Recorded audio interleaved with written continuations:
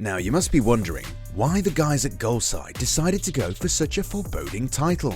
And we don't blame you for that, because at the end of the day, Kevin De Bruyne did nothing wrong when he made certain statements about Belgium's golden generation following the Nations League semi-final defeat at the hands of France. Roberto Martinez's men lost the third-place playoff to Italy, and although there's no shame in losing at the hands of one team that's a European champion and another that's a world champion, there were high expectations from Belgium, given how much talent the national team has had for almost a decade.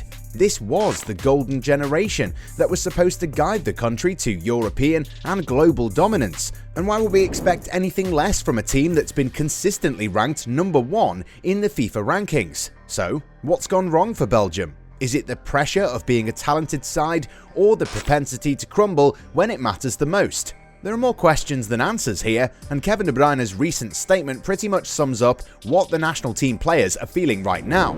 So today, we're going to talk about Belgium's golden generation that promised a lot, but delivered very little.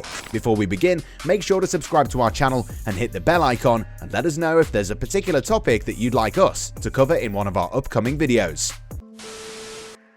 Another opportunity gone begging. Out of the European Championships this summer, in the quarter-final stages, 3 years after a third-place finish at the World Cup, Belgium was betting on the Nations League in order to finally get their hands on a trophy. The French, however, had different ideas and eliminated the Red Devils before the Italians beat them 2-1 in the third-place playoff. Following the defeat, Kevin De Bruyne took stock of the competition, and his views were bitter, albeit peppered with truth. Speaking to reporters, the Manchester City star had this to say: "With all due respect, we are just Belgium. When you miss top players like Eden Hazard and Romelu Lukaku, it becomes difficult. We have to be realistic with the team we have.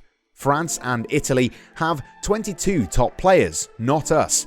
Now, these statements are not going to endear the 30-year-old, but the Nations League adventure has to serve as something of a reality check for a nation that backed itself to do what previous generations had failed to do. But the reality is that despite boasting a few really good players who can walk into the starting 11s of any of the best teams on the planet, Belgium don't have squad depth, and they don't have players with the unique attributes in all positions. France, for instance, can perform consistently even if the likes of Kylian Mbappe and Paul Pogba aren't around. Similarly, Italy have already shown that they can operate without Jorginho or Marco Verratti. Even Spain are now slowly getting back to their usual best, with a new crop of players looking to guide La Roja to continental and global supremacy. Belgium, on the other hand, do seem to act like a team devoid of any ideas when they don't have their best players starting for them. Without Eden Hazard and Lukaku, Roberto Martinez's men have suffered, and one can only imagine how bad things would be if Kevin De Bruyne was also to miss out due to injury or suspension.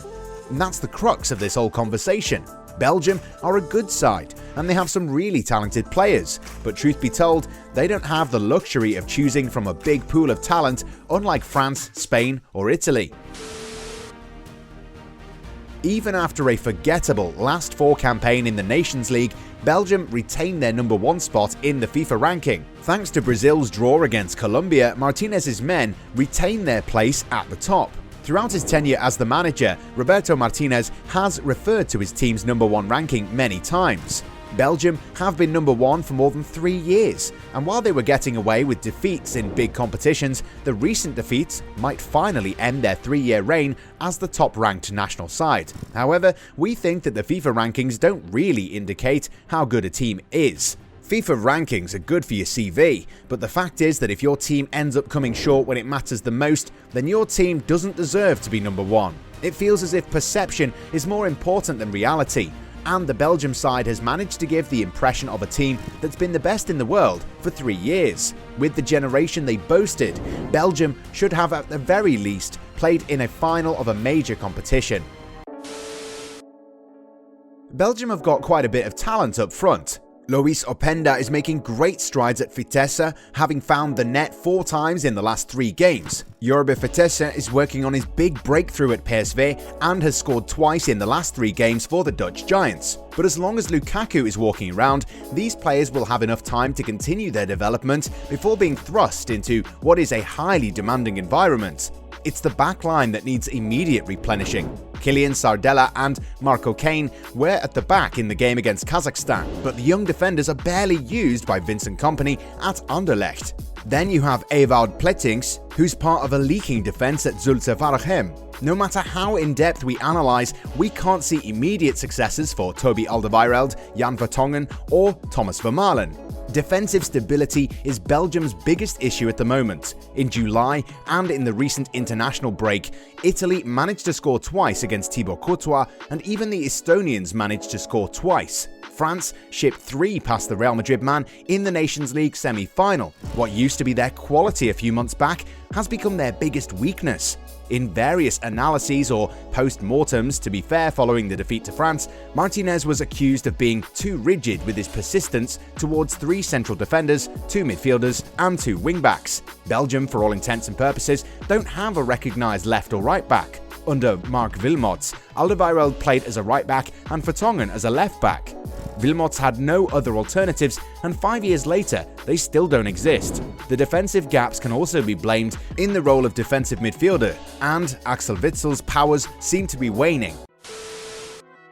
Now, Roberto Martinez is not the sort who'll take any risks. He is diametrically opposite to Luis Enrique's Spain. But it appears that a conservative approach in international football is no longer an asset. Roberto Mancini has allowed Italy to play against its conventional approach and was duly rewarded for the gamble. At national level, a coach like Philippe Clement, currently the manager of Club Brugge, seems to be a great alternative, a man who dares to think outside the box, both in his squad selection and tactical maneuvers. It would therefore be great if Martinez is assisted on his journey to Qatar. The intellectual contribution to the football discourse provided by Thierry Henry is reportedly limited, and at the federation level, Martinez can't rely upon someone else who understands the game's intricacies. CEO Peter Boszardt has been very supportive, but he's a layman when it comes to football theory.